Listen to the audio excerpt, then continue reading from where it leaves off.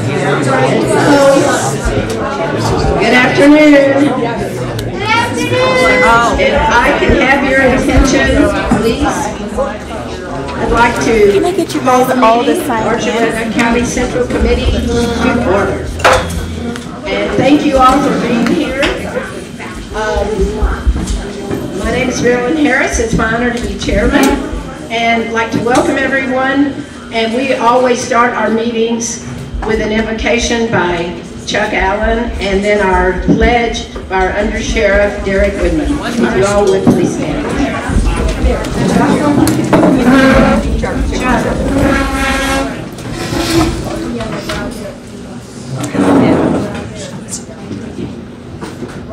Well, good afternoon, folks. Please bow your heads. We're going to talk to God a little bit here. Father, you have a whole bunch of people here who are really interested in making this world a better place. It's not doing too good right now, but we ask that you intervene, show us your will, guide us, and make us make good decisions. Have us do the things that are right according to your will. And we ask that you not only bless the food, but bless everybody here who's in attendance, knowing that you are our God. And we ask all of this in you, in your sweet Son's name. Amen. I pledge allegiance to the flag of the United States of America and to the republic for which it stands, one nation, under God, indivisible, with liberty and justice for all.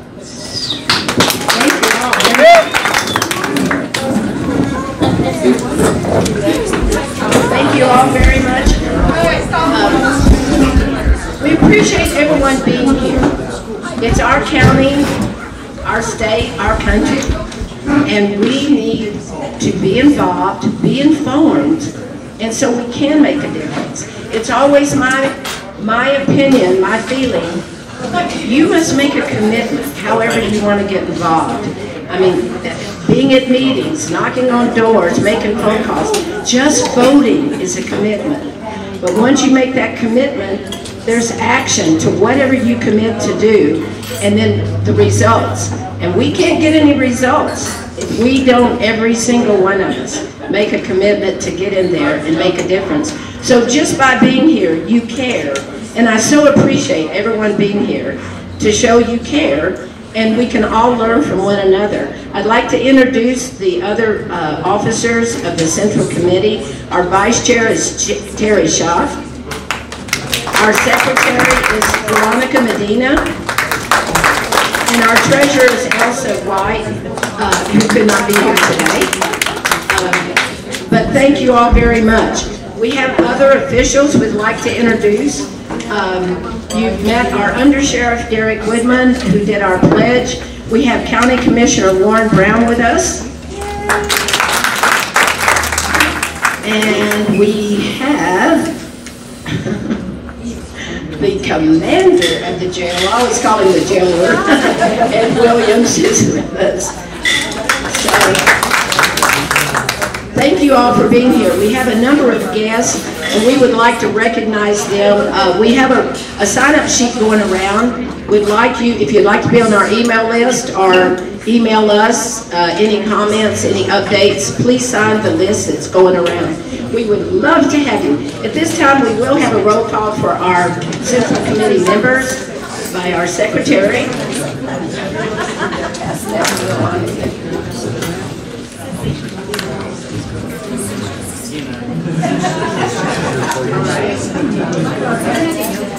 Dave Parker. Greg Armstead. Does he have the Medina here. Sure. Terry Schaaf. Here. Molly Ringsinger.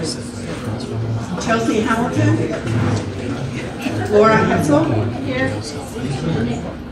Jen Ott. Donald Farr. Here. Carol Larson.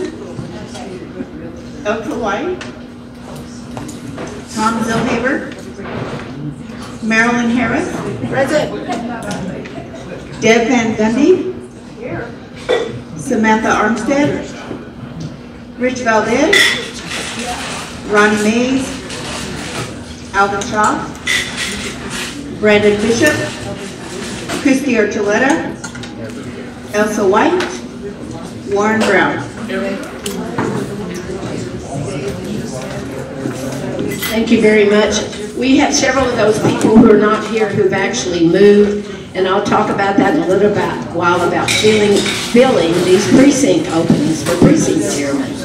We have caucuses starting at the beginning of this next year, either in February or the beginning of March. The state is still working on it. Besides being county chair, it's my honor to be the state GOP secretary, but I know as much as you know right now about the precincts. So as soon as we get a date down, we can start working on caucuses, securing locations, and working on that. But right after the first of the year, that will happen. At this time, I need a motion to approve the agenda that hopefully most of you all have in front of you. Okay, Deb, is there a second? No? Okay, thank you, JoJo. Any discussion about the agenda? All in favor with an aye. Any opposed? Thank you, our agenda's been adopted.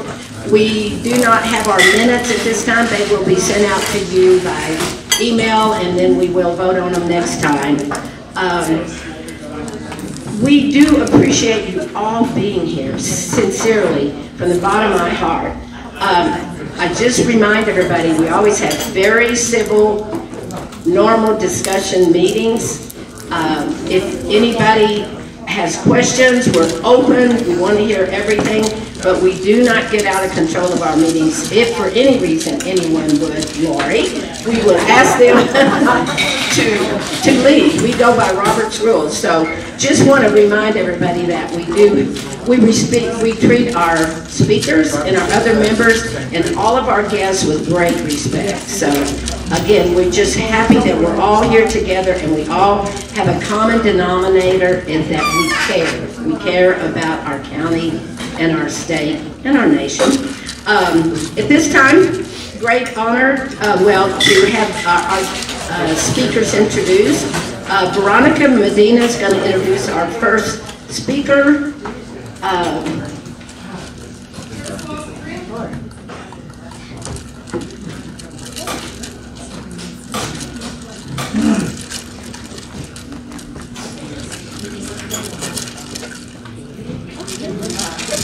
Hello everybody, good afternoon. I would like to introduce Joshua Sharf. He is from the Independence Institute. He actually did our constitutional study that we had last night for the Women's Club. It was a great event. It was a small, cold event. The church didn't have any heat, but we made it through. It was a great event. We learned a lot, so thank you, Joshua. And let's welcome Joshua.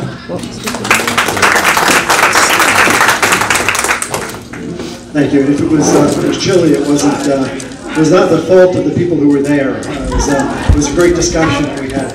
I wanted to thank Veronica for inviting the Independence Institute to come down and talk about the Constitution there. Obviously, that's something that, and of course, bring greetings from John Caldera as well, who heads up the Independence Institute. I've been working with them for about 9, almost 10 years now on various issues, and it's always fun and important. You know, we talk about we talk about how the state is structured and so forth, and living in Denver, living on the Front Range, it's very easy to sort of get caught up in the big Front Range counties and forget that the rest of the state is, you know, as important, even more important than the mere numbers in terms of the population of the Front Range counties. This is really important stuff to be able to come down and talk to people about something as fundamental to the country as the Constitution. It's something that we at Independence value very highly. Out front of our building, out front of the Independence Institute headquarters, there's a statue of Thomas Jefferson. And of course, as most of you know, he wasn't in Philadelphia when the Constitution was being written, but the values in the Declaration are something that the Constitution is intended to promote and to protect. And so it's something that we take not only seriously, but something that we take probably most seriously at Independence, what goes on with that. This is a a bit of an unexpected pleasure to be able to talk with you. Some of you pardon my somewhat casual appearance. It's not intended as to be disrespectful to the group. I'd like to discuss actually something that you're going to talk about later, and you have on the sheet the Centennial Institute has got, which is different from Independence. Of course, I know Jeff Hunt pretty well. He's a good guy. They've put out their recommendations on the statewide ballot initiatives, and the first one that's listed there is Amendment 78. And I guess I'm not in the pay of the people who are doing, who are promoting Amendment 78. But what I'd like to do is discuss a little bit about why I think it's a good idea, simply from a constitutional point of view. Simply that it's in some ways, we feel in Colorado as though constitutional principles here are not, just in retreat, but in a rout. That, we have a governor who declared a state of emergency and has been able more or less to rule by fiat, turning major public policy decisions over to public health officials without supervision or without oversight. We've had any number of other things that we can all name, that we can all talk about, where constitutional principles have just been run roughshod over. And Amendment 78, it seems to me, in addition to just being a good idea to have some other oversight of how money is spent, seems to be embody a couple of extremely important constitutional principles that are sort of the basis of the structure of the government that we have. First off, it's important in terms of federalism. We're supposed to have multiple sovereignties in this country. We're supposed to have areas where the federal government runs things, and then areas where the state government runs things. And what you don't want is the state governments to just become departments of the federal government. All they're doing is distributing federal money or implementing federal rules or implementing federal laws without any real control over what goes on in their states. And so the idea that you would simply take money and then distribute it however the federal government wants you to distribute it, without any oversight, without any sense from the legislature, from other portions of the government, that you would simply turn that decision making over to Washington, is counter to how the country is supposed to run. Providing some additional oversight from people who are representatives of people here is tremendously important and really fundamental to how the nation is structured. The other key element that's built into our system of government, both at the federal and at the state level, is separation of powers. The idea that the executive branch is responsible for executing the laws, that the legislative branch, and in most states a bicameral legislature, a state house and a state senate, is responsible for passing the laws, but also responsible for the purse strings, responsible for taxation, and responsible for the budget. Those are fundamentally things that are fundamentally built into our structure of government. Every state constitution, I think every state constitution has the legislature having the power of the purse. The federal constitution has Congress having the power of the purse. The idea that the governor, as he did last year, could take $1.6 billion, and we're not talking about like $10 million, a little chunk change as far as the state's concerned, $1.6 billion, and just, so here's how we're going to spend this. And have the Democratic legislative leaders stand up there next to him so that he can say, yeah, and as you can see, the legislature's on board with this. And to have one of the budget writers, one of the guys who's responsible for writing the budget, say to the paper, don't have a fight over who gets to decide where this money's spent, seems a little silly. That's exactly the kind of fight we want you to have. That's exactly the point of why you're elected. That's exactly the point of why there's a legislature as opposed to the executive, to have that fight. And he simply wanted to walk away from it. That's Dominic, I want to say Martinez, but I'm not sure, from Denver. Just don't walk away from that fight and say, okay, the governor has $1.6 billion that he gets to decide where that goes. There is other money that comes in that's again, this is what all all covered under 78. That where the legislature has said we can have this, we have to fund it through gifts or grants. Meaning we're not going to fund it ourselves, but if you can find some citizen or some even an out-of-state group to pay for this position, then you can have it. And again, we're not going to have direct oversight of where that money. Well, you know, he who pays the piper calls the tune. This is something that the legislature ought to be looking at, not something that they ought to be funding through important advisory positions that end up being funded through gifts and grants. So what this would do is restore legislative oversight to the purse strings of money that comes in. They say, well, it's inconvenient, you know, the legislature isn't always in session. We call a special session if the money comes in May. You know, that's life. That's what that's part of being elected, is that there's a possibility that you might get called back for a special session to deal with this. And it would also, as importantly, mean that they couldn't the government couldn't sort of stash the money and then take the interest on the money and do what he wants with that. That would also go into the general fund. So it again would be returned to legislative oversight. So 78, you know, it's not just a good idea, but in many ways it really embodies sort of how the system is supposed to work, and hopefully it can begin to reassert some of that control and reassert some of those constitutional principles that we've unfortunately been letting slip away from us.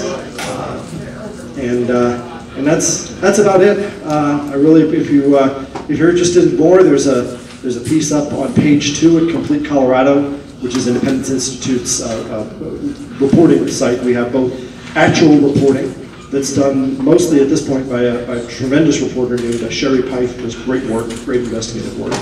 And then also page 2, which is the opinion section. And that's where you'll find some discussion of 78 as well.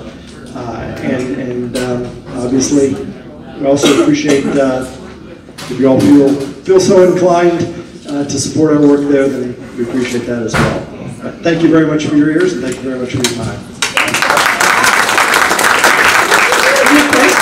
That somebody might have? Okay. I just have one question. You were Jimmy Jones. Yes, sir. You were mentioning the separation of powers. Yes, sir. And you mentioned executive branch, legislative branch. So legislative makes law, executive enforces law. Who makes legal determinations about the law? Yeah, I left out judicial, not intentionally. Oh, okay. It's obviously in there as well, but it wasn't. It doesn't come into play in 78, so I didn't address it. Yeah. But yeah, obviously the judicial branch interprets the law. And in Colorado, are there strict boundaries in the Constitution that say one branch is not supposed to execute the authority of another? Yeah, I mean that's how that's supposed to work. Okay. And again, that's one of the problems. I'm just learning. I'm trying to learn. Yeah, absolutely. I mean that's one of the problems that we've run into, is that legislatures at the federal level and then state legislatures all over the country have essentially abdicated their responsibilities to write laws and have said to executive branches and unelected bureaucracies, you guys have at it because you're the experts.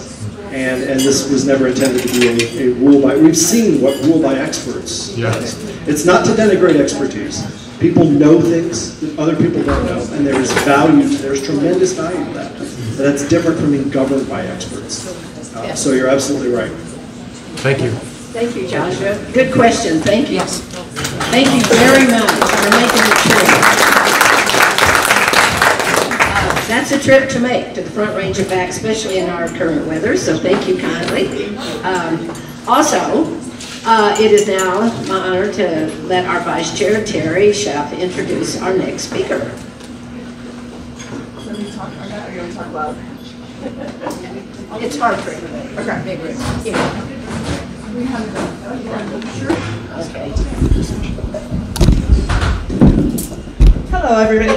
I would like to introduce Dr. Kym LeBlanc-Esparza. Did I say that correct? Esparza, sorry. Yeah, you did better than most. Dr. Kym has served as our superintendent, executive director, principal, content specialist, teacher over her 30 years in education. She has spent the last year and a half as superintendent of Archuleta County School District, establishing relationships within staff and the community, as well as developing a vision and plan for safely and successfully navigating the COVID pandemic. As a superintendent in the Archuleta School District, as well as during her tenure as superintendent in Norwood, Oregon, she has focused her efforts on establishing a vision for 21st century teaching and learning, building the capacity for her leaders, cultivating partnerships with families and community, and establishing a collective responsibility for the success of all students. Through her leadership, the Newburgh School District established a 5-year strategic plan, a plan for digital conversion, Vision 2020, built an aligned teaching and learning framework and evaluation system, and establishing strong collaborative relationships with workforce associations. During her prior 15 years in Colorado, Dr. LeBlanc-Esparza served in the Pueblo Valley School District, Adams 12 5-star schools in Denver metro area, and Pueblo City Schools. In Pueblo, Kym served as Executive Director of Secondary Education and CTE. Her tenure in Adams 12 included 2 years as Executive Director for K-12 schools and 9 years as Principal of Holstrom Options K-8 schools in North Glen, Colorado. Prior to being principal, Kym was the director of GT Advanced Academic Services in Boulder Valley School District. She spent 10 years in the classroom, 3 of which in the integrated math and science classroom. She obtained her bachelor's degree from New Mexico State University in elementary education with an additional emphasis in secondary math and science. She has a master's degree from the University of Texas in Education Administration and Curriculum Studies, as a doctorate from the University of Northern Colorado in Education Leadership and Policy Studies, with a minor in Applied Statistics. In the 10 years Dr. LeBlanc-Esparza spent in Texas, she was involved in the District Planning Policy Council, the Staff Development CADRE, Brain Research Academic Planning, and there's much more, but the part that I found fun was Kym is married to a fellow educator, Ricardo, and together they have 4 grown children and are in the process of adopting a 14-year-old young man from the Colorado foster care system. Thank you. Okay. Kym, if you want to come on up, the introduction's almost longer than the speaker's going to be. Thank you very much for being here. Thank you, Terry. That right there tells you exactly why I go by Dr. Kym everywhere. It's just way easier than the LeBlanc-Esparza piece throws everybody. So thanks for welcoming me. I appreciate folks asking me to come out. It's been an interesting year and a half. I took the job the first week of January before March when everything started closing down. And coming in June, I thought, okay, how do you lead an organization that people don't even know you? They can't even be in the same room with you. You're on Zoom, just like if you were 1,000 miles away. And it really was interesting to try to navigate last year. I learned a lot, but it highlighted the fact that we have personal relationships with people and they matter, right? So coming in, Terry asked me to talk a little bit about, what are we doing in our school district as far as teaching and learning? And I think her original question was, hey, what's the CRT thing, and do you guys teach that? And I'm going to start there by just saying, that is something that sort of came onto the landscape in the 70s at college. And it was something, actually started in a law school. And looking at, I don't know what kind of case law, because honestly it wasn't applicable to what I do. I'm K-12. And what I do know is I've spent the majority of my career in Colorado. And I started out as a director, coordinator then director of Advanced Academic Services, doing all the AP and the IB and all those different programs in our schools. But then it became your specialized student populations. And I thought, what does that mean? My daughter says, Mom, that means you're in charge of all the kids who aren't just like normal. Okay. And from there, I really learned a ton. I learned about career and technical education. I learned a lot about gifted and talented kids. I learned a lot about kids who speak a language other than English. I learned a lot about how we structure high school and what our kids need in order to be successful in the 21st century. So what Terry shared about being in Oregon, I was there for 6 years, and I went in and they hadn't had a strategic plan in about 9 years. So we're teaching, we're following curriculum, we're learning, but we need a direction. Where did we want to land? What did we need to do? And so going in, one of the things that I got the opportunity to do was to build that strategic plan with the community. And in going through all of that, I really learned, you know, the most successful school districts are school districts that really look to the community to say, what are the core values, and how do we make sure a student's educational experience matches what our community wants for their children, what our community wants out of a K-12 educational experience. So coming in here, what got really interesting, my first plan was, let's invite folks to the table. Come talk to me about what's worked, what hasn't worked in our history. Where do we prepare kids really well, and where do we not? And in order to figure all of that out, we had lots and lots of listening sessions. We had, at the county fairgrounds, we had a group of parents that we talked with. We talked to, I don't know, Jane Parker's here with me, our Director of Communications. She helped me set up meetings all throughout last spring with about 750 people from our community, asking the question, what do you want kids to know and be able to do? What do you want your schools to reflect in terms of core values for our students? What's worked and what hasn't? And what I learned was it wasn't much different than Oregon, honestly. It was, our kids need those 21st century skills. They need financial literacy. They need to learn real world capabilities, what we call executive functioning skills or soft skills. They need to be able to be employable. I kind of laugh and say, you know, none of us wants our 29-year-old kid living in our basement. And I say that jokingly, but I really do mean it. I don't want my 27-year-old either. At the end of the day, though, we've got to look at how do we make sure that the educational experience that our kids get reflects the value of our community. And so, after getting all of the information that I got in a year of a pandemic, I took all of that and kind of played grad student again and looked for the themes, looked for, you know, what came out most heavily represented, and it was really looking at those employability skills, being able to get along with others, having the tech skills in order to work and to be successful, all the same things that I saw in Oregon. So I brought the administrative leaders together and we sat down, and one of the things they said was, Dr. Kym, we tried to create a strategic framework. We worked with a consultant for over a year. But in the end, it was like this master's thesis sort of manifesto that this is what we believe about education, which was great. But my first question was, what does that mean we do?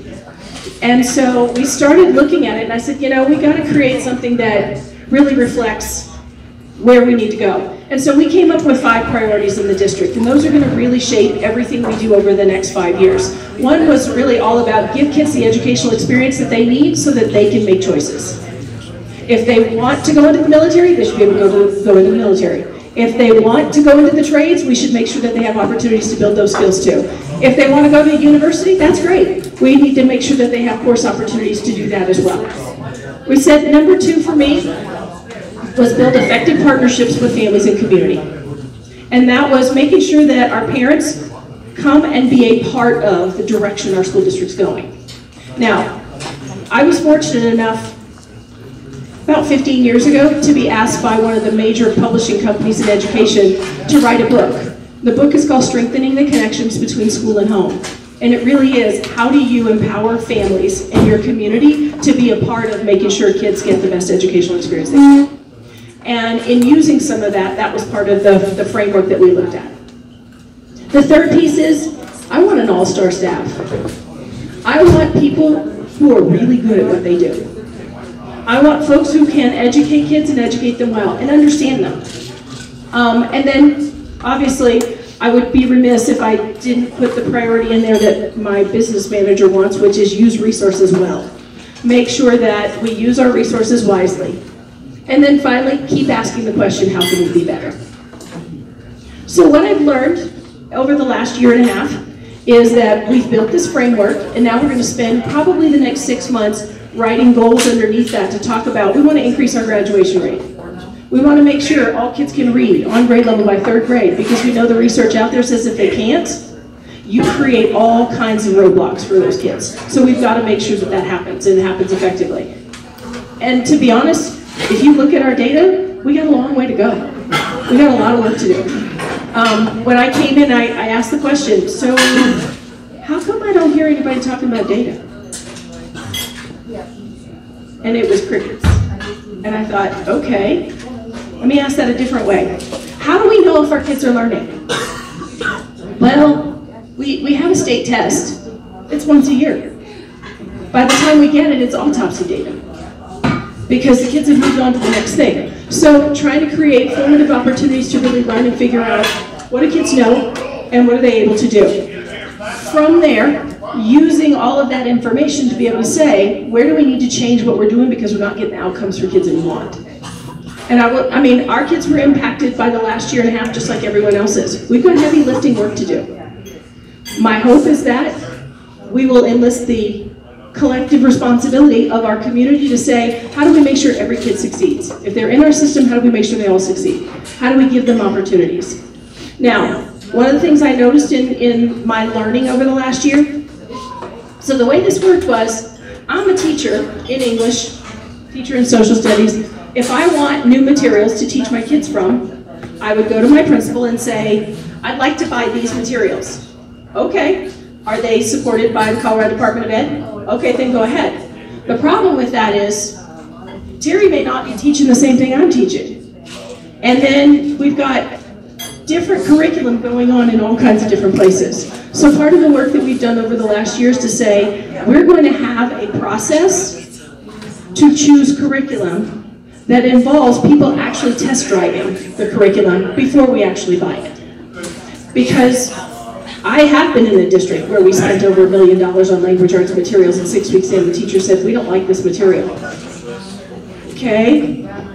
So this last year, we brought in 3 of the curricula that CDE said, these all meet the 5 criteria of literacy. And the teachers did a full-on evaluation of it, and then they test drove it for 2 months, each of the 3. They came back together and said, this is the one we need to use. Okay, that's way more defensible than we're going to stick our curriculum in the teacher's lounge, and when you have a break, you might walk in there and thumb through it, tell us what you think, and then we'll spend $1 million on it. So I think we've done some really nice work taking advantage of the time we've had to invest in curriculum and materials that everybody's had a chance to play with more than just let's buy it and then we'll see if we like it. So those are some pieces that we've begun to put in place. The other thing is, both Terry and Bruce Dryberg, our president of our board, have both asked me in one way, shape, form, or another, you know, Dr. Kym, how do you know the teachers aren't teaching CRT? Well, as I came from a school district of 45,000 students, then I went to a district of about 6,000 students. And what it taught me was, if I really want to be a hands-on leader, I have to work in a smaller school district. Because I pride myself in going out into our schools and being in classrooms every single week. Walking around and getting a sense and giving teachers feedback on what I'm seeing, student engagement, student outcomes, and really trying to make sure that we are following the state standards and we are using our curriculum in an effective way. So as I go through that process and ask the question, so how do you know whether or not our students, our teachers are using materials that come out of a CRT framework? Well, partly because we make people turn in their lesson plans, partly because we're out in classrooms regularly, we are walking through, we are giving feedback, we are looking at what instruction's taking place, and we're looking at the data to tell us, are we being successful? Yes, ma'am. So it's not clear to me yet if you are for CRT or against it. I apologize, maybe I missed something. It's irrelevant. It's not a K-12 thing. We don't teach it, just plain and simple. We don't. It's not in Colorado State standards. It does not have a place in the standards anywhere. Correct. What we teach is, it's what's within that. Colorado State standards are decided upon, so let me back up because I'll confuse you. In the content areas, reading, writing, listening, and speaking, that's our English language arts curriculum, right? and we have math, we have science, we have social studies. In each of those areas, we have standards. The way the standards came about was they brought together a whole committee of teachers to go through and analyze and write those. From there, the state board gives feedback, looks at State Board of Education, gives feedback, looks at it all, and then ultimately that group makes changes and then it gets adopted by the State Board of Education. When we look at our standards and what we use as a backbone, it tells us what do we want kids to know and be able to do. CRT is not a part of any standard in the state of Colorado. It should not be taught in any public school classroom. It doesn't have a place. It is not relevant to a child's K-12 educational experience. Now, do we teach kids about, different events throughout our history? Sure we do. Do we teach kids that we want you to respect each other? Yes, we do. Do we teach kids that, we want every kid to succeed? Yeah, we do. But that's not CRT. What that is, that's something totally and completely different, and it doesn't have a place in K-12 education. So at this point in time, I'll answer any questions that folks have. I will say this. Terry said, Kym, you need to know. People in previous positions, in your previous position, talked to us a long time ago. Told us that we don't teach Common Core math, but then realized that the Colorado State Standards has a lot of Common Core math in it. So folks were like, wait a minute, I'm confused. So just know, I understood that and I appreciated the feedback because I wanted to know. Tell me what questions people have. Tell me what folks are most concerned about. What I can tell you is the standards are something that the State Board of Ed approves and follows, but they constantly go through a review and bring teachers back to the table to rewrite parts of it over time to keep it relevant. Again, social studies has been under review for about the last year. There's no CRT reference in that in any way, shape, or form. What I do know is they will continue that cycle, and you can pay attention to that on CDE's website. Colorado Department of Education makes all of that available. You can go onto their website, see any standard you want to look at, any content area at any given time. If you want to make sure your own peace of mind, I want to know if something's in there. If it's not, you can certainly go check it out. Other questions? Yes, ma'am. So, you're verifying there's no CRT here. So, if in the future, since you're still reviewing social studies, CRT becomes into the curriculum from the state, are you going to stand and say no and alert the community as a whole we're not doing this? Right. If for some reason that were to show up, which I really and truly don't believe you're going to see that, there are far too many communities in the state of Colorado that would not see that. Period. So ultimately, if that were the case, I would go to my Board of Education and say, we need to make some decisions here. We got to look at this. Because all of the research that I've done says it doesn't belong in K-12, period. So.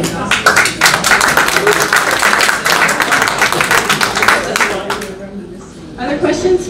Yes, ma'am. Hi, I have a question. I'm Bethany Jones. Thank you so much for your work with our school. This is our first year in public school, and I do appreciate the fact that you have left the COVID procedures specifically up to the families. So thank you for that stand. We appreciate it. It's not easy to navigate, honestly. I can only imagine. So thank you so much. Absolutely. I also wanted to ask, it is our first year in public school, so I had a little bit of a concern. It appears, well, two things. It appears that about 80% of grades come from tests. And so one of my kids is in public school, and she was telling me this, and said, we do so many projects in class, it's like way more projects than tests. So I'm wondering if that's accurate for kids. I also am concerned because as our first year of public school, she informed me that if you fail a test, you can retake it. And it can be open note. And so from my perspective, I mean, that's great for our grades. However, I mean, is that really preparing kids for real life? And so that is a concern of mine. And then also, sorry, I had a few. First year public school parent. So my other concern was too, she had watched something in her American history class that the teacher actually felt like she had to apologize a little bit for.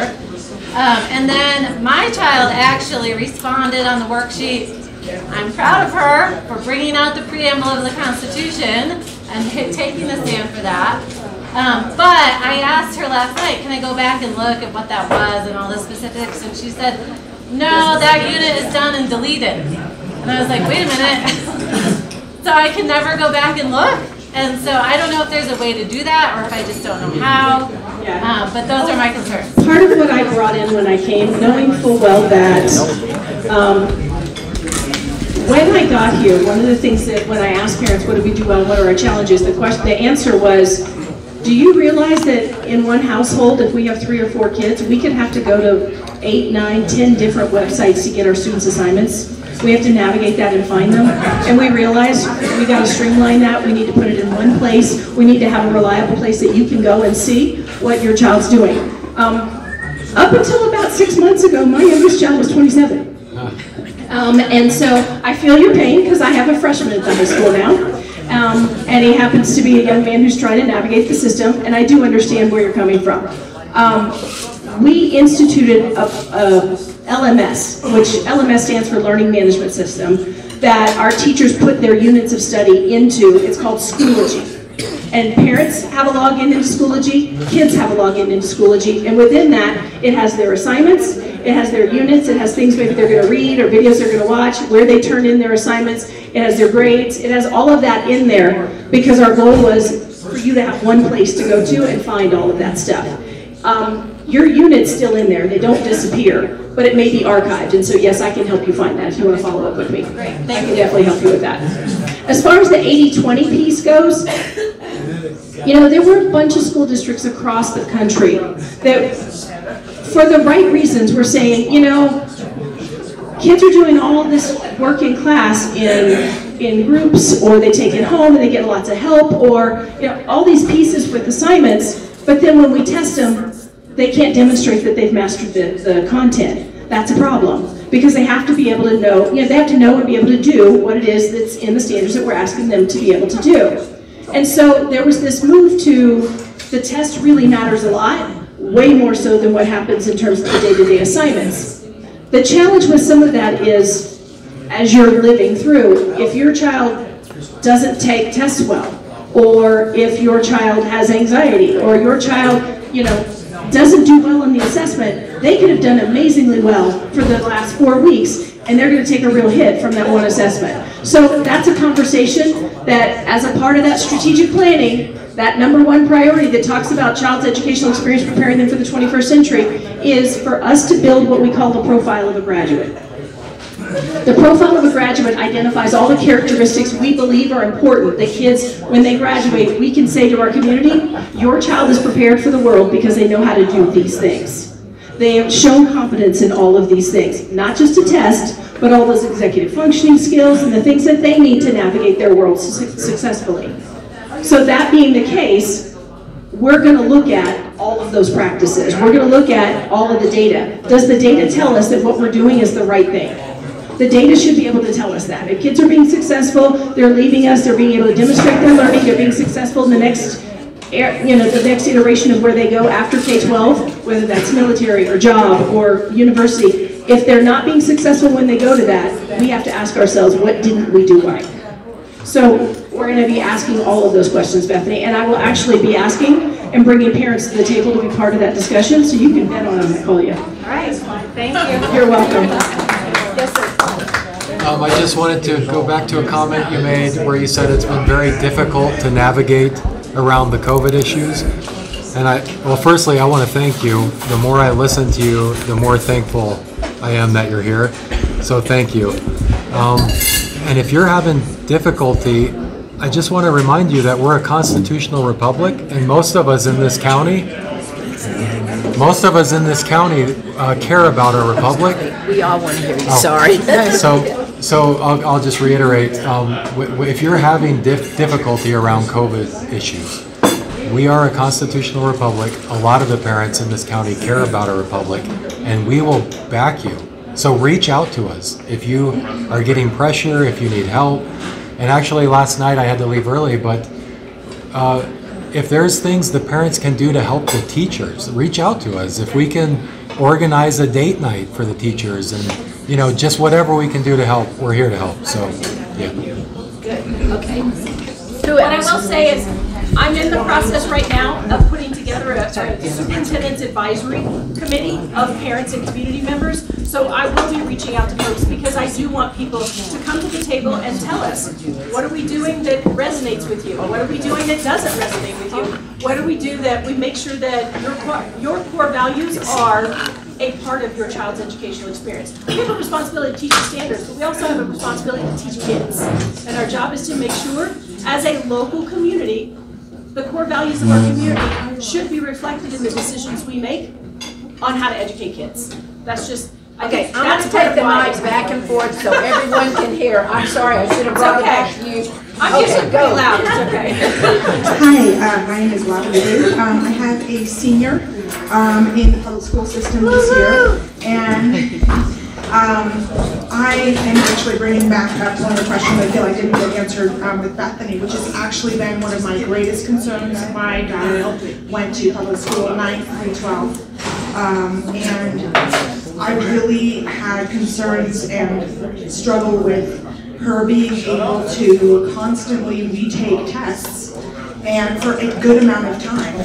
And she has a long time to do it, and I feel that instead of encouraging the students to study and do well the first time, they're allowed to just retake something if they don't do well. And I feel that that does not prepare them for the real world, because in the real world, it's one and done. If you didn't study, you're going to have a big problem. And I just feel that, and I've asked friends in the middle schools, like, is that grading system, is that how it goes there? And they say no. I feel like in high school, we should be preparing them for the real world, whatever they choose to do.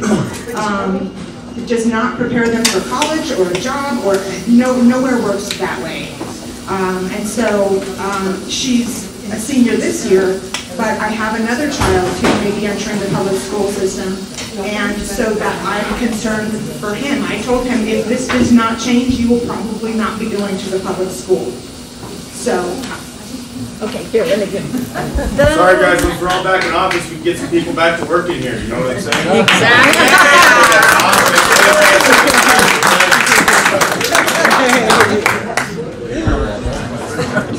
I appreciate bringing that back.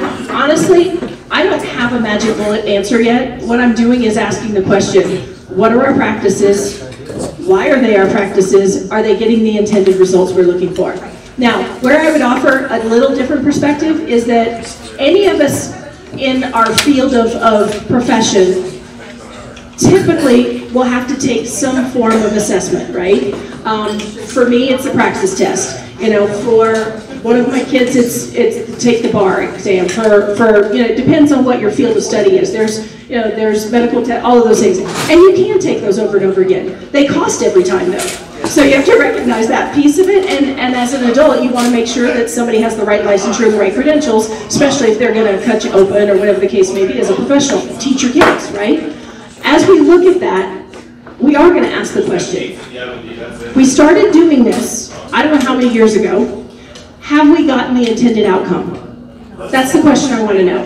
I don't know the answer to that yet. Because honestly, what I would remind you is, 7.5 months of last year, I couldn't bring people together in a room like this. So being able to start those conversations and move that ball forward, it has been slower than I have ever experienced in my 32-year career. And part of that is just the era we've been in. I would be grateful when I can bring people to the table and say, tell me what you think. Let's talk about that. What are the positives of that? What are the negatives? Are we getting the outcomes we want? And if we're not, what do we need to do differently? Because that is something, as a person who is a change agent, and I appreciate folks recognizing that, I'm not a status quo superintendent. I told the group when I got interviewed to come here, if you want somebody, just keep it the way it is right now, you're hiring the wrong person. Because my whole entire history has been about how do we change the system to get better outcomes for kids. So that's what I believe this community asked me to come and do, and that's the work we're going to do. But those are questions I am going to ask. Folks will tell you from my past, I'll ask the question, even if it has to be brutally honest, because we have to know that we're doing the right things. So,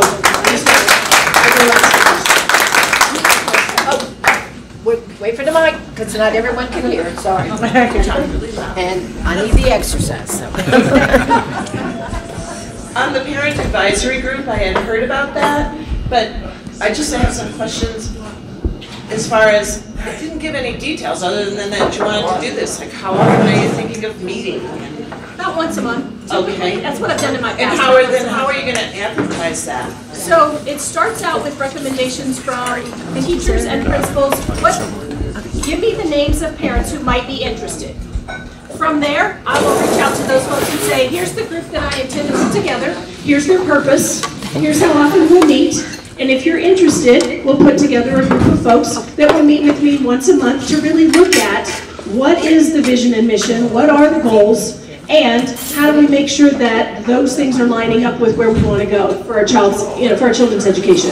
So when you ask the question, I would tell you that, one step at a time, given the slowness of the last year and a half. But that said, we've got to look at all of our different practices and make sure that kids are being prepared to walk out with a diploma and or even college level credentials if they want to do concurrent enrollment. We have the capability to do that too.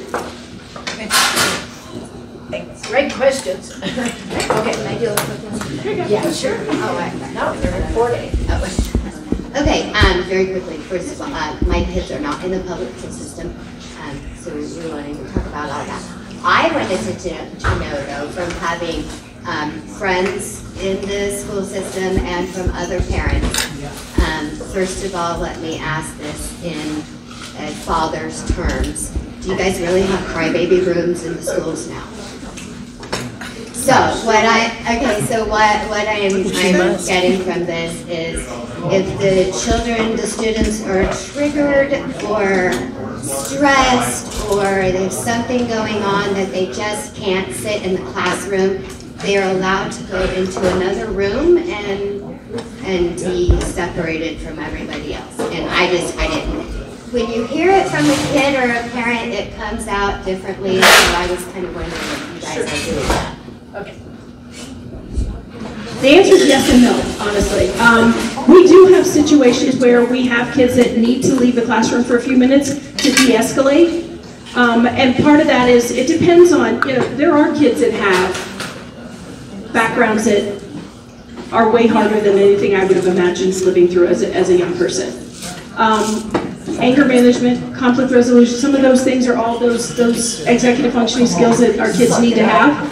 But when we look at, is there a room that kids go to decompress? If there's a student who's going to explode and potentially put other kids at risk, we're going to take them out of the classroom and de-escalate. So there are places for that to happen to make sure everyone's safe. That does happen from time to time, absolutely.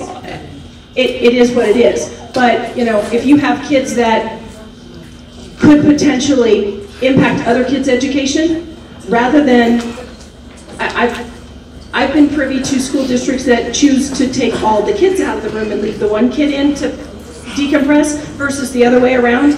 My philosophy has always been, I'm not going to let somebody keep another child from learning. So if I need to take one kiddo out so that everybody else can keep going, that's what I'm going to do. All right, I got one more. Okay, quickly. Yes, I'll be very quick. Okay, the other thing I wanted to find out about is all the stupid social media things going on, and there's all these challenges and trends. And again, I have 4 teenagers, so I hear from other teenagers, and I don't know how much is it really like an issue in the schools that you guys are seeing, like the teachers and administration is seeing, or is this just the kids? For instance, I guess the newest trend is the devious lick trend. Have you heard of this? Wait, that's already old. Anyways, I'm just wondering, is this really a thing? Yeah, unfortunately it is, but fortunately it is not. It has not made a presence in our community. It has not made a presence in. So there have been a couple of things on the social media site TikTok where the challenge is, it started with climbing on milk crates or something, and then it went to the ripping towel dispensers and soap dispensers off the wall in bathrooms to slap your teacher. And I'm like, how come it can't be bring your superintendent coffee? I mean, I don't get it. But in all seriousness, as we look at this, social media is a challenge for us in schools every single day. The parameters around it are tough to navigate. We do have to stay on top of it. The good news is we have lots of staff that make great relationships with kids, and the kids are usually pretty good about letting us know if we need to intervene in something that's going on. That's part of, it's part of the value of making sure that you build a successful, positive relationship with a kid, because if there's going to be a risk to kids' safety, you want to make sure that kids feel safe enough to come tell us. So that's important. Okay, time for just a couple more questions. Don't want to rush you. Has anybody else got a question? Okay, we'll go a second time. Marianne Smith. My last thing is data, back to data. Data is as good as it's current as it is. Yes, ma'am. So how often are you checking the data? Y'all are being good to me today. I was a statistician by trade. As a former math teacher, statistics are something that I really enjoy playing with. You can imagine why, right? Well, when I came in, what I realized was our teachers and our principals would have to go through and literally by hand figure out things like, where did we score below the state? Where are we seeing holes in our kids' skill level? Are we using data? Are we looking at that?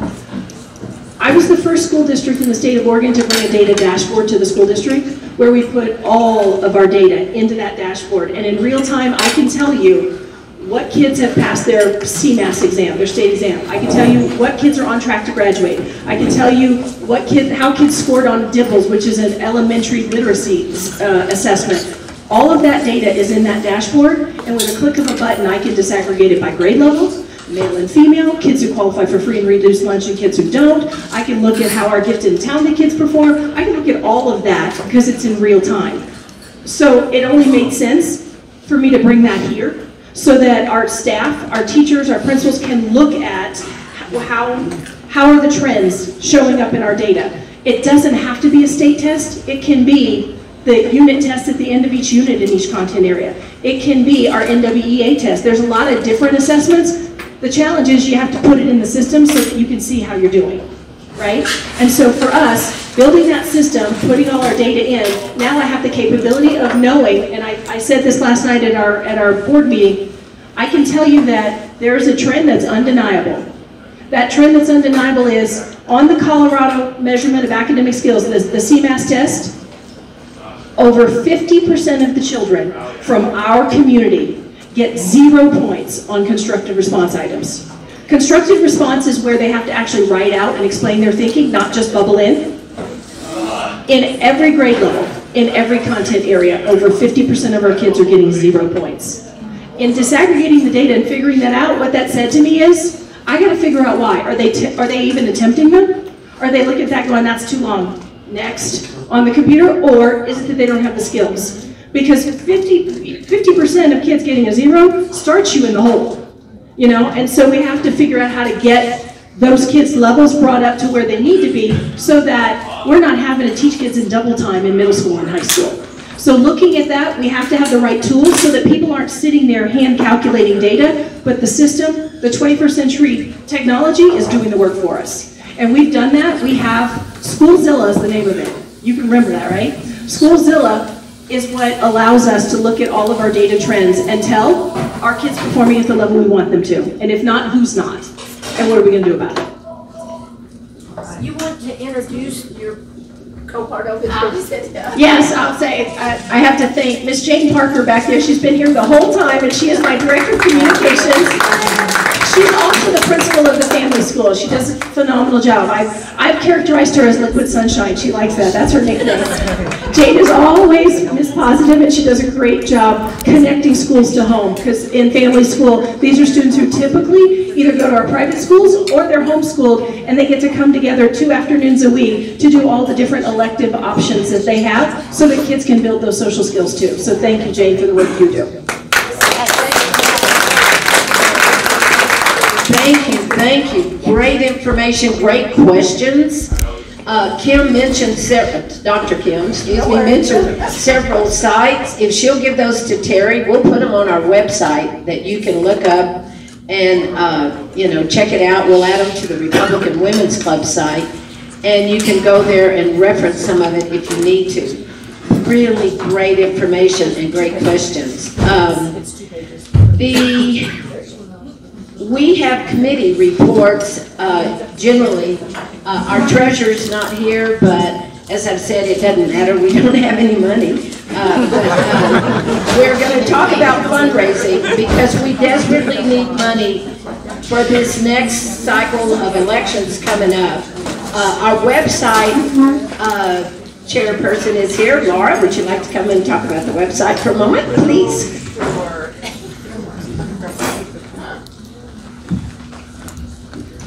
Okay, haven't been able to work on it as much this summer as I was hoping to, but actually going to have to pass on the torch to somebody else who can do a better job than I've been struggling with it for the last few years, but what else? Well, I haven't had any minutes sent to me, but let's see. I did have some inquiries, just contacts, been trying to keep up with. Nothing really new to report since I haven't really had time to work on it recently. But we'll get caught up next month for sure. Anybody has any knowledge on how to run a website? Let me know and I can get you set up with that. Okay. Thank you, Laura. Archuleta right now has 8 precincts. I understand we're going to have another. They're thinking about dividing it's by population. We have 8 precincts. In every precinct, we need 2 representatives from that precinct. And those 16 people and the elected officers make up the voting board of the Central Committee. We have a number of committees. And regarding precincts, we're looking for precinct chairmen. Please, please, let me know if you're interested. We have openings in Precinct 1, and I have a map of what that address is that it covers. Precinct 3, Precinct 4, 5, 6, 7, and 8. And I would love to hear from you if you're interested. And if not, I have my own voluntary system, so watch it. Your name could suddenly show up. But really, we need your help in these precincts. It's not difficult to be a precinct committee person. And when the caucuses come, you run your precinct. We have scripts. We give every precinct chairman a copy of all the registered voters in their precinct. We get the information out as much as we can. We're here to help, but we're ready for new ideas, new people involved. So please let me know if you're interested at all. We'll look up your precinct. I know I've talked to Mary Beth about it before, so anyone that's interested, please let me know.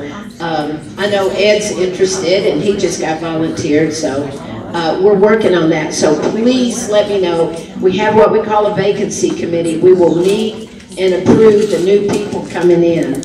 Under old business, we generally have a report or any updates from our elected officials, and I'd like to introduce who came in afterwards, our new county assessor, Johanna Elliott. You want to stand up, Johanna, and let everybody see you? Thank you. Very glad to have you aboard. Natalie Woodruff was our county assessor who moved away.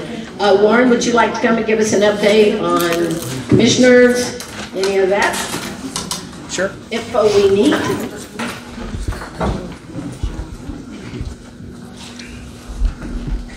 Thank you, Marilyn. It's been a busy month since our last meeting, and we've had a number of things come before the county that we've been asked to make decisions on. I can tell you that the county is working pretty steadily on infrastructure. Right now we're working on partnerships with Colorado Department of Transportation. We're also taking the Forest Service where we can and trying to do a better job in maintaining our roadways. Anybody having trouble with your roads? Right, exactly. Well, I have to tell you, when I decided to run, it was because I was axle deep in a pothole for the last time, and that was like the final straw. So we've also at least initially given the direction that if we need to subcontract these services out, because like most everybody, we are also short-staffed, then that's what we need to get the job done. Because I think excuses are just that, excuses. Everybody has an excuse, but you make time and you make priorities for the things that are important, and serving the county is important. So that's one of the many things that have come forward to the county and that we're working towards. It's been a busy year. We are right now going through budgeting process, and we had the initial presentation of the budget given yesterday. It was to the tune of about $45 million, which is a lot of money, and it's our money, your money, my money. It's a lot of money, and so we're trying to be very diligent in how we approve the expenditures of those monies. We have asked for a zero budget increase across the board for every department and every office within the county, because we have some challenges that we need to continue to address. As you may or may not be aware, the new county courthouse is about finished. It's scheduled to be finished on about October 20th. My understanding is that will not be occupied until January, because it's the county's job to provide the facility and it's court's job to put all the furniture and those kinds of things in that building. So it looks like January will probably be up and running. As a result of those delays, most of the court cases have been put off in Archuleta County, or they have been adjudicated in a different way through the district attorney's office. So that's where we're going. As you know, we're still looking at what to do with the old building downtown, 449 San Juan, which is where the treasurer and the assessor and the county clerk recorder and human resources are housed right now. So it's unfortunate that we just have a pileup of infrastructure that has not been dealt with over the years in a way that would allow us to continue every day and take care of things. So we're kind of behind the eight ball, but that's where we are, and that's what we're trying to accomplish. And I'm hoping that we'll be able to do this over the next short term, whether that's a year, 2, 3, 5, whatever it is. As long as we have it planned out and scheduled, that's hopefully what we'll be able to do. So that's kind of where we are and what the latest is as of this week. So if you care to be more involved, I know a number of you make time to come down to the meetings. We have a work session every Tuesday morning at 8:30. I invite you to come down, or at least attend on Zoom, so you can be more informed. We have a regular BOCC, or Board of County Commissioners meeting, twice a month on those same Tuesdays at 1:30 in the afternoon. I invite you to attend if you can. It's important that you have a say. This is your county. This is not my county. This is your county. And I work for you. And so I would like to hear what your ideas, your thoughts are, and what your desires are, because we need to do this collectively. There's no way that 3 individuals can do it by themselves. It takes all of us. So I thank you for your time. Okay, thank you. Any questions for Lauren? Yep, whoops. Linda Lee, if we're having so much budget issue, why did you spend $280,000 for a walkway? Okay, that's a fair question. The question was, if we're having such a financial situation, why did we spend $280,000 for a walkway? So I can tell you this, we're not in dire straits, but I think we have to be responsible with the money that we're entrusted with. So if we are having a person that is in the county jail that needs to go from the jail to the court, it needs to be secure. Would you agree with that? Or should we just let them make their way? In my understanding, this was a design oversight. There was no connectivity built or planned to be built between the jail and between the court. So when the county got $2.7 million from the ARPA, the American Rescue Plan funds, when those monies came in, they were very restricted on how we could spend those monies.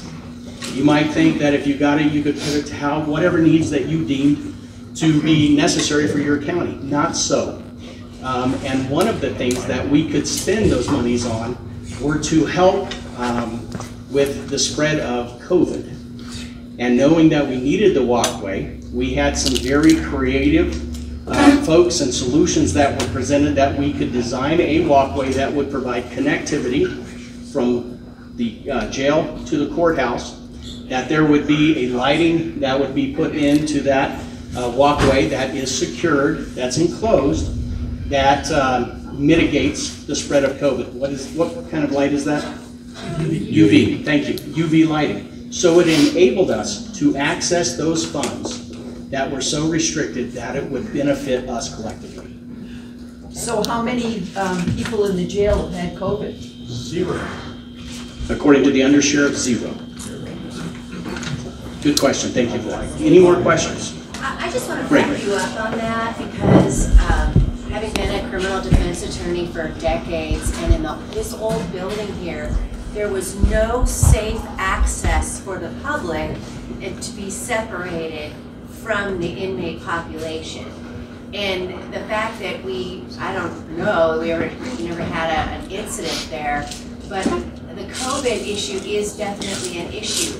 But to keep your deputies safe, to keep those people that are in custody, if you've ever been in custody, rightly or wrongly, you want to be safe. And to keep the general population safe as they transport back and forth from the jail to the courthouse. It was an unfortunate oversight. I commend you guys for doing it the way that you did it. It absolutely had to be done. Because we have this beautiful building now that would have been a disaster to have inmates outside. I mean, I'm just really glad that you did it. I want to commend you for it. I think the fact that you could do it for as little as you're doing it for is also commendable, so thank you. Okay. Thank you for that comment. So let me mention one thing about that. So the liability that would be associated while we're bringing an inmate from one building to the other, if they would slip and fall, you and I would end up paying for that because we would have liability. And then, you know, it snows here once in a while, and that makes it even that more difficult. And what we actually were doing is we were recreating the same set of environment, or the same environment that we had downtown in part, by not adjusting and preparing for that particular transport. So, again, good question. Have one more question? Sure. It's more a comment than anything, but my name is Roger Sanchez. I am a... Thank you. You're welcome. Roger Sanchez. I am a registered libertarian, but I lean right on just about everything. I wanted to mention that there were opportunities to reconstruct the downtown facilities for about $2 to $4 million, from what I understand, to upgrade it to be state of the art. I don't really know of the data showing. I was told by one of the county commissioners that there were 2 attempted escapes down there before, but I don't know if that really warrants the, 25, 35, I don't even know how many more millions are going into this project, plus the walkway. Is there data out there, I guess I do have a question, is there data out there that justifies the millions upon millions that is being burdened on the taxpayer locally to justify adding these extra cells, making some of these cells, where other inmates from around the state can rent? I'm just wondering if conservative really means conservative. There was a $2 million proposal. People commented on it, but then the people's opinion didn't matter. Now we have again, I don't know, $25, $35 million facility here. It seems like we're expecting there to be a revolving door of crime, and the local communities can be paying for it in one way or another. So I'm curious, why wasn't that an option?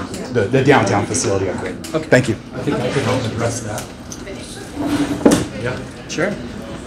Yeah, so I do have firsthand knowledge when people are taken to jail, if they sign, they get a grant. The county will get a grant for having them there.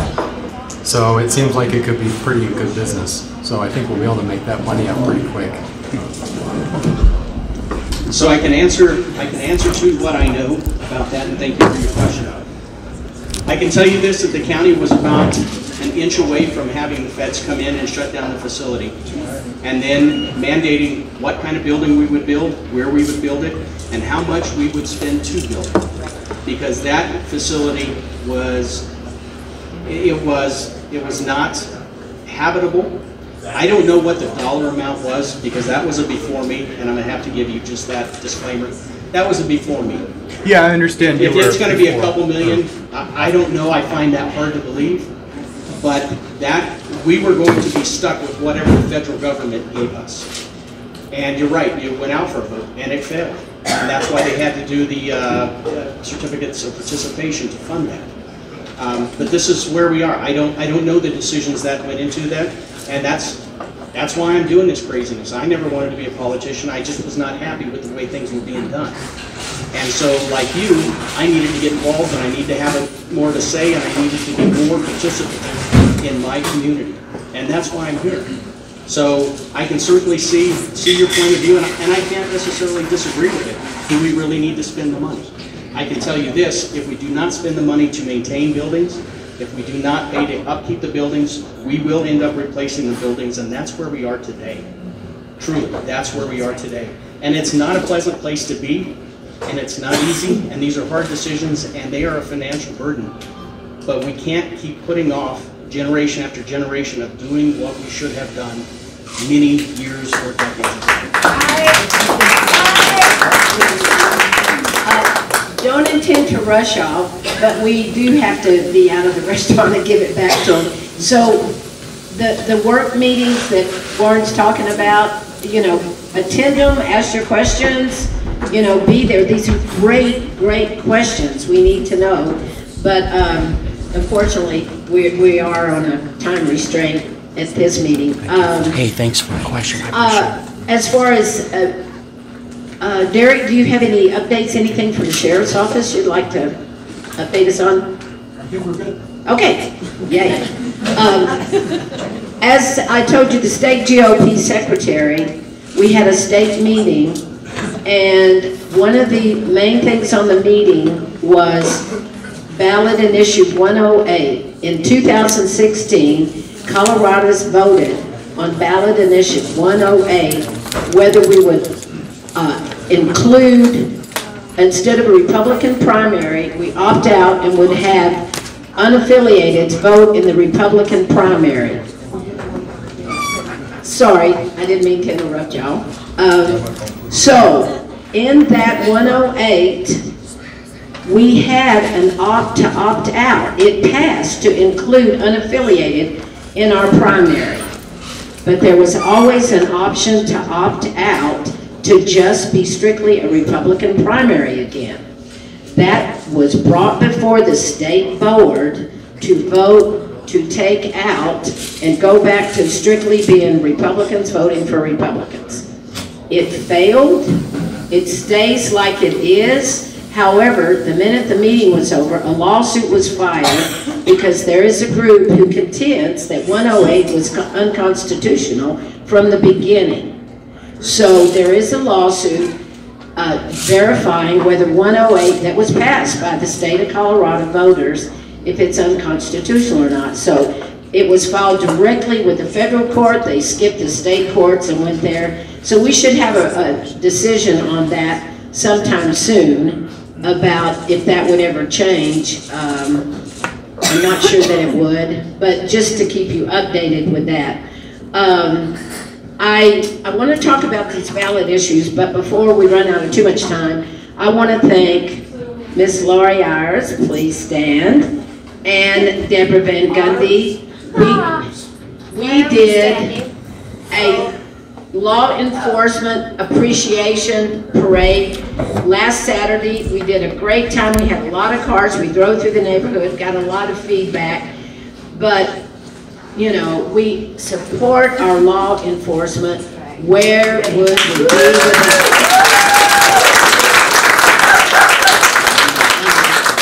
So we're going to do it again. We've had so much good feedback about that. We are working on voter registration right now. You can register people to vote. There's a course online you have to take to become certified to register people to vote. But normally when we set up voter registration, we can set up our computer, go online, and help them themselves go on and vote to whatever party they want to be affiliated with. The redistricting maps are into the court right now. I passed out maps last meeting. I was going to wait and double check that they are what we're going to have. We will know by December they're the permanent maps. We are back in Senate 7 with our Senate district. I don't think it's going to change. Before, they had us with this other group, and I went and fought that we're rural Colorado and we need to be with rural Colorado. So hopefully the map did get redrawn. We're in Senate District 3. They cut off the very top of it, brought us down and went over and included the valley and on up. And you know, that's Lauren Beaupart's district and they seem to be pretty happy with it. But nothing is final until it comes back from the court, and then if anybody challenges it. So we're working on that.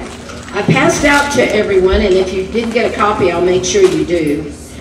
There's been a number of issues. You should have a ballot coming now, anytime now, about these ballot issues. And I copied this particular one from Colorado Christian University. These 3 ballot issues are an amendment. The state GOP took a stand on them. And they're the same as this, so that's why I copied it. We had huge discussion about this, and the number 178 is basically making people be transparent. We got millions of dollars of slush funds, and we're not sure what Polis did with it all. This requires that to be transparent in those kind of issues. So we do advocating, please vote yes on 1. On number 2, we had meeting after meeting on this about a group who wanted to start another program. And initially from the onset, they're going to set up with a board of parents. They're going to have this check, that check, but it can all go away the next go around. The minute somebody checks off that board, Polis then appoints someone on that board. And there was just too much, too convoluted, and too much for another bureaucracy there to come under their control, that the state and almost everyone I've talked with took the initiative that we're not comfortable with that, so we're voting no on that. I've included this information, but go online, research yourself, see what you can do. Proposition 120 about property tax reduction, that is a big duh. I mean, who would not vote for a property reduction? So, but these are what was recommended by the state GOP. This is Colorado Christian University. I printed it because it was, you know, there as well.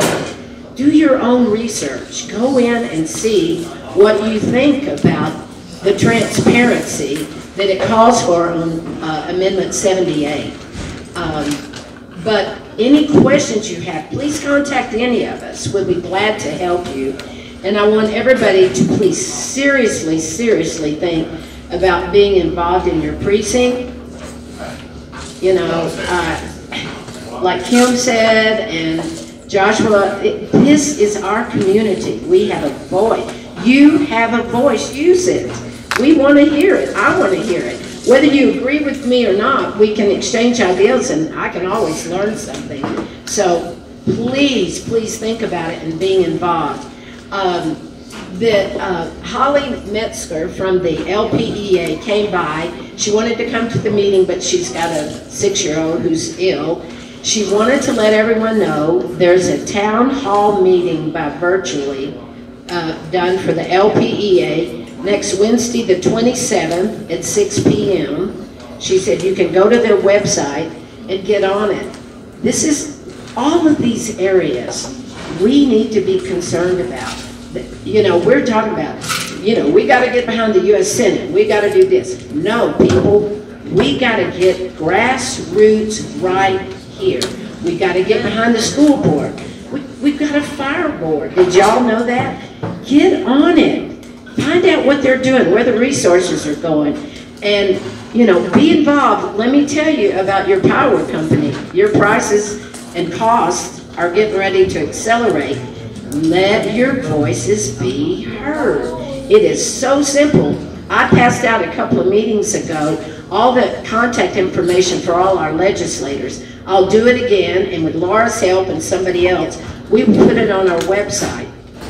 If you've got something to say about Amendment 78, you know, dear representative, vote yes, please, and just hit send. That's it. That's how easy it is, and you've got a voice. You're making a difference. So I can't stress on that enough that we need your voice. We need to hear what you think. When I had to go to the state to vote in to opt out for Proposition 108, we asked for months. Let me hear from you. What do you think?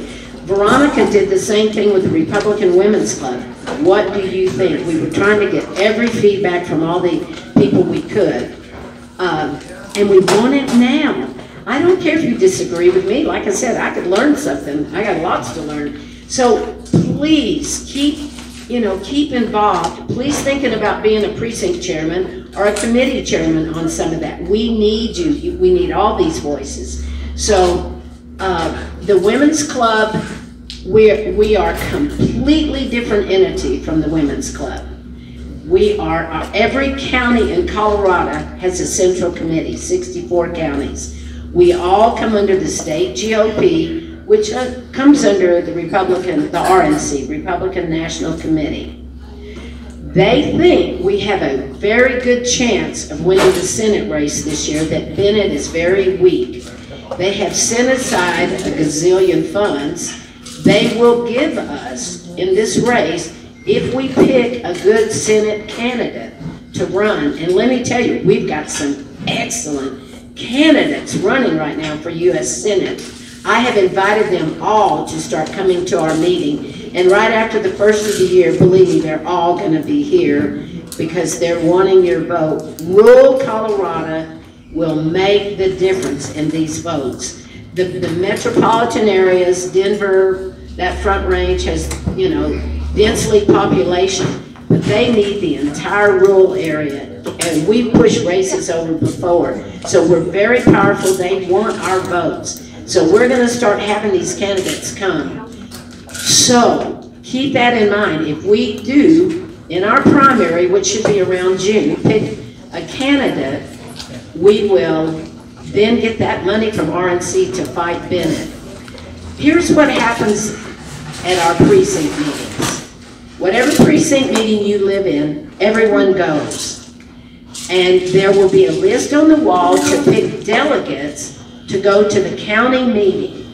You can put your name up there, and if you're in precinct 1, you put your name up, and then however many, and we'll know how many's allotted to come from that precinct. We'll get a list from the state based on how many voted in, you know, the last race. You know, sometimes it's 6, sometimes it's 12, with 12 alternates.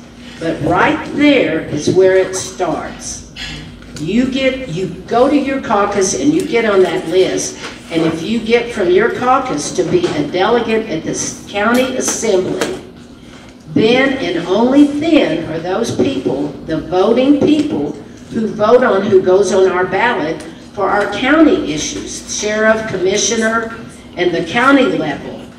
And if you don't get chosen at that first precinct meeting, you don't have a voice after that. You can't get chosen. And from that county assembly, besides who we're voting on to put on our ballot, put your name on the list again to be a state delegate, to go to the state meeting. And at the state meeting, delegates pick who goes on the ballot for that U.S. Senate seat, governor, and other state and federal races. So it starts at your precinct, and you know, everywhere I can go and talk and explain that to people, so everybody understands, and that's how it's chosen. So we are going to, as much as we can, advertise. We'll give you locations when precinct comes. Sometime at the end of February or March is when we're going to set up precincts for our caucuses. So please keep that in mind. that's where you have a humongous, strong voice there. Get yourself, find out your precinct, and you don't have to be a precinct delegate, a captain, but you can be elected at your precinct. So please keep that in mind, and you're going to hear it again and again and again from me. So the last couple of years, we've had a very slow turnout. People were discouraged for all sorts of reasons, but not this year. We want them to be heard. We need Colorado to be heard. I was recently interviewed by a newspaper for some other stuff, but all I did was talk about Colorado. And when the guy said, well, what about Marilyn? What does she think? And I said, nobody's going to remember Marilyn next week, but they're going to remember Colorado. So all I did was keep talking about Colorado. And finally he said, man, do you talk about Colorado with passion, but with a Texas accent? Yes, sir. I want to tell you all something about this lady, and y'all need to give her a big hand. She was just elected as a secretary of the National Women's Republican Party. It's been a long time since we've done this.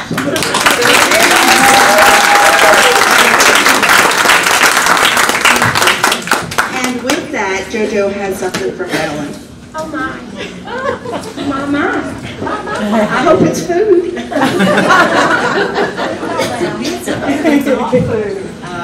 Thank you. Just a little way to say thank you for everything you've done. And instead of wearing black, maybe you might want to wear black. Okay, then. Okay.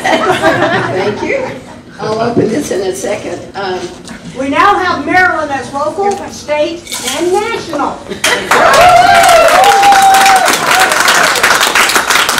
Well, I am adamant about Colorado. I have been here for 30 years. Yes, I have a Texas accent sometimes.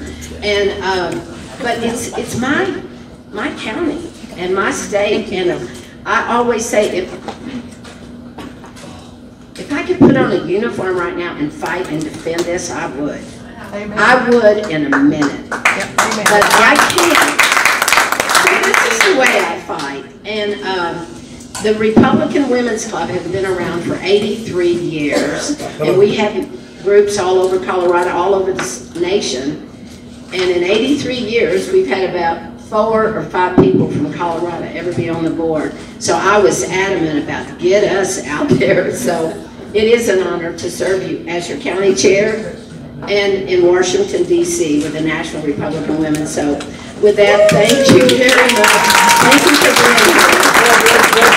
Yes, sir. A little earlier, you were talking about how you can train people to help people figure out how to vote, and then it goes in a computer.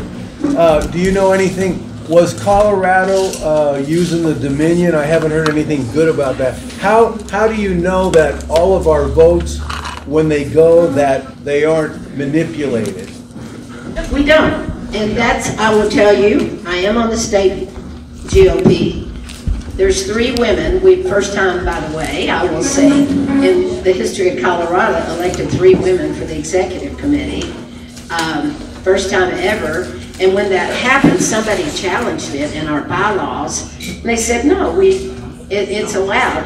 But guess what? The Democrats do not allow. It has to be a mixed people on their board. So I just love knocking on doors. Democrats, and I just can't wait to tell them that little fact. But I, on the board, do challenge the rest of the board. I think there is a voter integrity problem. The official statement from the state of Colorado is there is no election fraud. So I'm the little pill on the board, always challenging. But we have started an election integrity committee, and where there's training. So if any of you want to get on that, there's training to teach you to be poll watchers, election judges, and how we can look at that. I do not know how we combat those machines, and I, believe me, work on it all the time. I've been to countless meetings about that. And I go back to the state, and like I said, we don't all agree on that. I have a problem with it. But that's the official state position, but not mine. Yes, ma'am. There's also the US EIP that they are having people get boots on the ground and going door to door. Right. Up in Wells County, Larimer County, Mesa County, all over. So if anybody wants to be a part of that and start doing that, there are all kinds of openings for that. Right. They're working on the premise that the county voter rolls are not accurate, and that's true. They're a mess, and they need to be corrected and fixed, and they're doing a great job in Mesa. They're going door to door and getting it. They can come here and talk to us if we've got enough volunteers to go door to door. But there's lots we can do that affects our state that doesn't affect us. In Archuleta, right now, we don't have anybody running for school board, but they do in La Plata, so I volunteered to go to La Plata and knock on doors. Because I guarantee you, and Dr. Kym would agree, it's all over. Whatever affects them ultimately affects us, affects everybody in Colorado. We have got to, at this grassroots level, do what we can do. And school board has never been more important than it is this year. So I can't thank you enough for the coming and your challenge that you're doing for us in Archuleta County. So thank you very much. Yes, ma'am. I may be mistaken, but it sounded like you asked about getting help online to vote. No, I'm asking, to do that, how do you know you, and what exactly does that mean? You get qualified to help however many people. To register, it's voter registration. Yeah, Okay, to voter registration. But still, the question of how do you know, and you just. Well, there is a course on the state GOP's website, and you take it, and then you can help somebody. You can fill out voter registration, and it doesn't matter. We can't. It's a nonpartisan issue. If you're helping someone and they want to register as a Democrat, you do not slam your computer shut and say, no way. No, we help. We do. I love it if people get out and vote. I wish they'd agree with me all the time. If they don't, but they're voting. It's their voice, their right, they're voting. And that is very, very important. So, again, thank you all for coming. Please come again. Please let us know on what level you want to get interested and get involved, because we need to hear from you, every single one of you, please. And thank you, Joshua, for the trip. Safe travels back. Thank you, Kym, so much. And anything we can do to help you too, we will. So our meeting is adjourned. We'll see you next month. Thank you.